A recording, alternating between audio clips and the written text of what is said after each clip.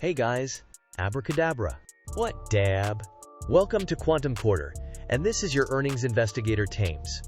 Here we look at the important earnings upcoming 1 week before they drop, breaking down the numbers, analyzing the trends, and giving you a close look to help you make informed earnings play. From tech giants to retail powerhouses, we cover it all. So sit back, relax, and let's see what they've cooked for us. Today we're checking in on CarMax. CarMax is navigating a challenging economic environment marked by inflation, high interest rates, and low consumer confidence, which have impacted demand and affordability in the used car market. Despite these headwinds, CarMax has shown resilience through strategic initiatives, including a strong focus on its omni-channel customer experience and effective cost management. The company has seen modest increases in retail used unit sales and significant growth in CarMax auto finance income.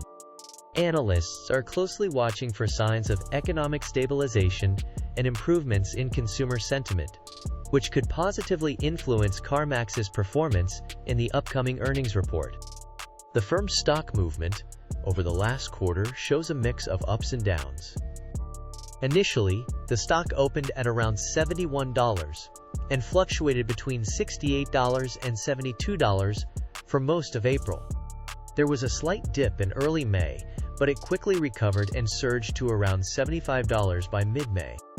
After that, the stock experienced some volatility, moving between $72 and $70, but generally trending upward.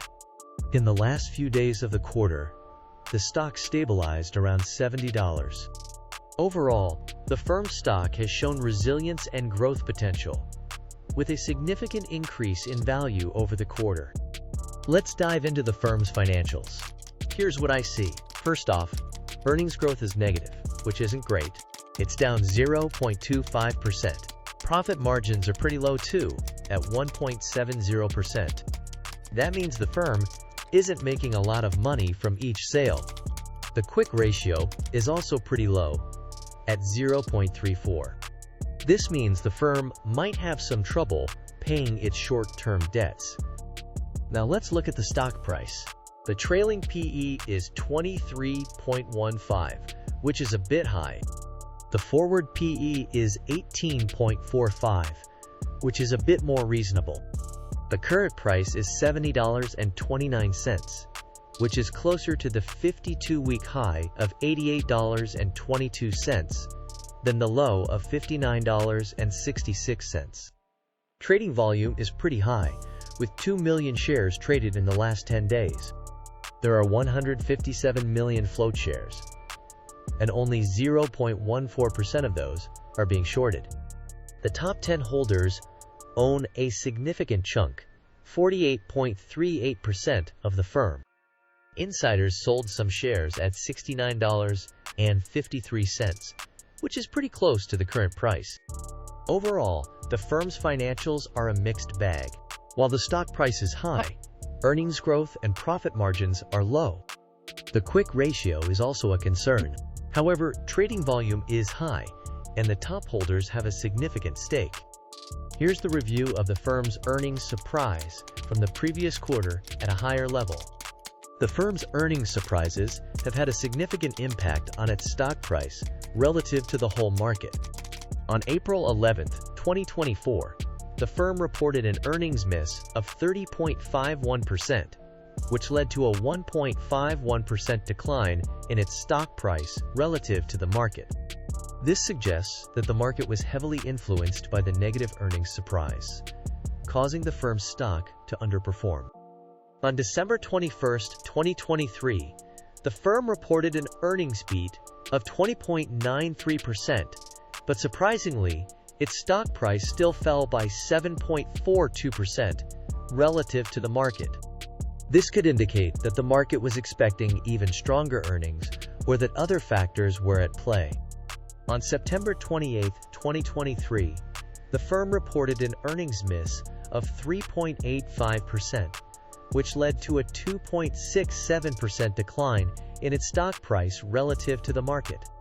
This is consistent with the expectation that negative earnings surprises typically lead to a decline in stock price.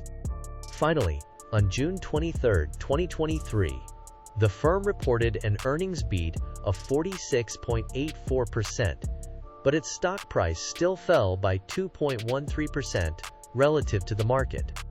This could be due to the market's high expectations or other external factors influencing the stock price. Overall, the firm's earnings surprises have had a significant impact on its stock price, with both positive and negative surprises leading to unexpected market reactions. Here's the overview of the news titles since the last quarter earnings conference call. There have been several news items related to CarMax since the last earnings call. These include announcements about executive compensation, with CEO William Nash receiving $12.2 million, COO Charles Joseph Wilson getting $2.3 million, and CFO Enrique N. Mayor Mora earning $2.6 million.